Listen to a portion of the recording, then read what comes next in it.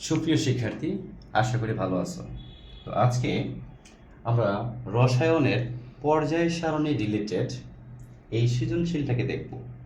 এটা হচ্ছে এমন একটা সৃজনশীল, আসলে এইটা যদি তুমি বোঝো তবে এই অধ্যায়ের যে সৃজনশীলগুলো আছে এগুলো সম্বন্ধে একটু সম্যক ধারণা লাভ করতে পারবা। মূলত যে সৃজনশীলগুলো পরীক্ষাতে আসে, তো তুমি ধরো তোরটা জানো, ধরো এক্স ও ওয়াই এর বন্ধন গঠন ব্যাখ্যা করো।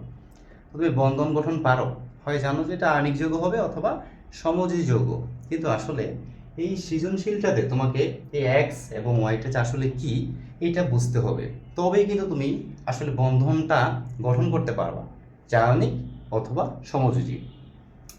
তো দেখো এখানে একটা সৃজনশীল আছে, আমরা একটু দেখি কি লেখা আছে। তো এখানে বলছে যে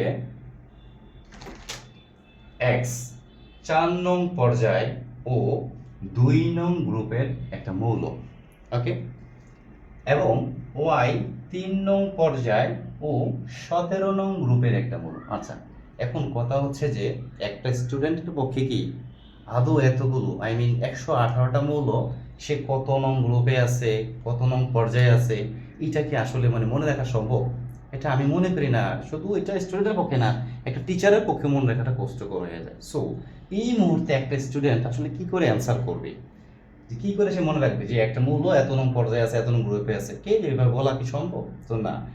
তার মানে কি আমাদেরকে এমন কিছু ট্রিক্স অবলম্বন করতে হবে যাতে করে আমরা এই সৃজনশীলগুলোতে না আটকাই। সো এর জন্য আজকে তোমাদের কিছু ট্রিক দেখাবো। সো চলো, এখানে তোমাদের কি বলছে দেখো তো, যে এক্স হচ্ছে 4 নং পর্যায়। কত নং পর্যায়? 4 নং। তো আমরা কি করব, যত নং পর্যায়ে বলবে, এটা আমার খাতায় রাফ করতেছি মনে করো, তুমি যখন পরীক্ষাতে লিখবা সৃজনশীলটাকে আগে তুমি যখন বুঝবা তখন তুমি এটা রাফ করো। 4টা বলছে 4 নং পর্যায়, সো তুমি কি করবা, 4টা দাগ দাও। ওকে, এবার বলছে 2 নং গ্রুপ, ব্যাপারটা বুঝো, এই লাস্টে যেটা রাখছে এটা বক্স করে দাও। যত নং গ্রুপ বলবে এই গ্রুপটাকে তুমি এই জায়গায় লিখো। আর এর যে আগের কয়টা ঘর আছে? 3টা ঘর আছে। সো এইটা হচ্ছে প্রথম শক্তি স্তর, এইটা দ্বিতীয় শক্তি স্তর, এইটা হচ্ছে তৃতীয় শক্তি স্তর। সো আমরা জানি যে প্রথম শক্তি স্তর ইলেকট্রন বসে কতটা? 2টা। সো এই জায়গায় 2। আচ্ছা, 2। দ্বিতীয়টাতে কতটা বসে? 8টা। তৃতীয়টাতে কয়টা বসে? 18টা যদিও বসে, বাট আমরা জানি কি যে অষ্টক পূরণ করার জন্য কিন্তু আমরা 8টা বসাই। সো আমরা কি করব, 2 8 8 এই ফরম্যাটে ফিল আপ করবো। তবে হ্যাঁ, এটা 4 নং পর্যায় পর্যন্তই মোটামুটি পারফেক্ট থাকবে। ঠিক আছে, তাহলে আমরা একটু ক্যালকুলেট করি। কত দাঁড়ালো? 2 8 10, 10 আর 18, 18 প্লাস 2 ইকুয়াল 20। সো এইবার কিন্তু এই যে মানটা পাই গেছি, এই 20 মানটা, আই মিন পারমাণবিক সংখ্যা 20 কার আছে আমরা জানি, সেটা হচ্ছে ক্যালসিয়াম। তার মানে কি এই মৌলটা হচ্ছে ক্যালসিয়াম।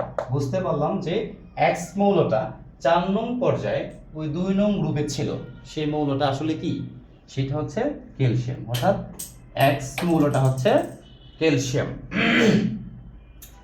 এবার আসো এখানে কি বলছে, ওয়াইটা। সো দেখো এটা আর একটু হালকা অন্য টাইপের, তবে কোনো সমস্যা নাই, টেনশন করার কোনো কারণ নাই। দেখি আমরা ওয়াই মৌলটা হচ্ছে কি 3 নং পর্যায়। সো আগের মতোই নিয়ম অনুযায়ী আমরা 3টা দাগ দিব, 3টা দাগ। লাস্টটা একটু বক্স করে দাও। কেন বক্স করলাম? এই কারণে বক্স করলাম যে শেষেরটাতে আমি ঠিক গ্রুপের সংখ্যাটা লিখব। এখন কথা হচ্ছে যে যখন এখানে লেখা ছিল 2 নং গ্রুপ, এক সংখ্যা ছিল, এক অঙ্কের ছিল, তাই না? তাহলে আমি শুধু কিন্তু ওই অঙ্কটা, যদি এক সংখ্যার হয়, হ্যাঁ, তখন আমি কি করছি, জাস্ট এই ঘরে লিখে দিছি। যদি গ্রুপটা 2 সংখ্যার একটা অঙ্ক হয়, 2 অঙ্কের যদি দেখো 1 7, 2টা অঙ্ক আছে এই সংখ্যাটার মধ্যে, 17 সংখ্যাটার মধ্যে 2টা অঙ্ক আছে, তাহলে এই ক্ষেত্রে তুমি শেষ অঙ্কটাকে নিবা, শেষ ডিজিটটাকে নিবা। কত আছে? 17-র মধ্যে শেষ ডিজিটটা হচ্ছে 7, তাহলে তুমি 17 লিখবা না, জাস্ট এখানে লিখবা 7।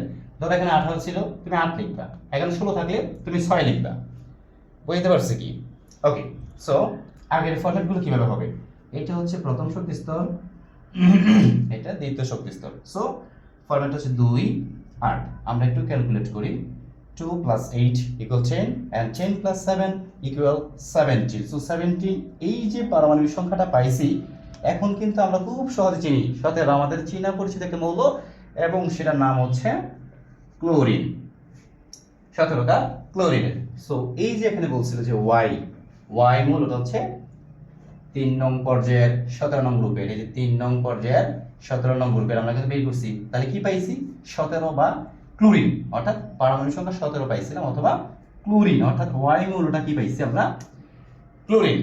ওকে এখন দেখো যে সৃজনশীলটার যে গ নাম্বার প্রশ্নটা ছিল এখানে কি ছিল যে x ও y এর বন্ধন গঠন ব্যাখ্যা করো।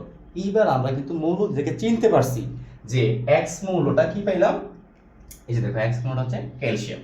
সো x মৌলটা হচ্ছে ক্যালসিয়াম এবং y মৌলটা কি ছিল ওইটি বের করলাম আমরা ক্লোরিন। So chlorine. সো এবার আমরা ক্যালসিয়াম এবং ক্লোরিনের মধ্যে দেখব হিসাব করে ইলেকট্রন আদান প্রদান হিসাব করে যে আণবিক বন্ধন হয় নাকি সমযোজী বন্ধন হয়। তো যদিও আমি এই ভিডিওটাতে আণবিক বন্ধন বা সমযোজী বন্ধন নিয়ে আলোচনা করতেছি না বাট আমাদের যে মূল বিষয়টা ছিল যে আসলে যে সৃজনশীলগুলোতে যখন মানে প্রশ্নটা পারি বাট এই উদ্দীপকটাকে না বুঝতে পারার কারণে আমরা পরীক্ষার হলে যে স্টুডেন্টরা অনেক অনেক বেশি বিপদের সম্মুখীন হয়।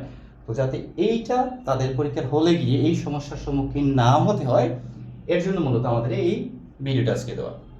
সো এগুলো স্যার যদি বলেন যদি বলো যে স্যার এইটার তো অ্যান্সার বলেন না সো এইটার জন্য আমাদের আবার নেক্সট ভিডিও পাবা।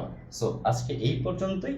নিত্য নতুন এরকম আরও কিছু ট্রিক্স শুধুমাত্র যে রসায়নের এরকমটা না ক্লাস 6 to 12 পর্যন্ত অল সাবজেক্টের সকল বিষয়ের পড়াশোনা প্লাস যে ট্রিক্স শর্ট ট্রিক্স আছে এগুলো পাওয়ার জন্য অবশ্যই তোমরা এই ওপেন ক্লাসরুম পেজটি বা আমার আরও একটা চ্যানেল আছে সেটা হচ্ছে যে সৌরভ স্টাডি জোন। সো বা ফেসবুকের পেজ আছে সেগুলো হচ্ছে ট্রেন ইউর ব্রেইন এবং ফেসবুকে আরও একটি পেজ আছে সেটা হচ্ছে সৌরভ স্টাডি জোন। ওকে তো ওখানে আমাদের সাথে থেকেও আজকে এই পর্যন্ত সকলের সুস্থতা কামনা করে আজকের মতো এখান থেকে বিদায় নিচ্ছি।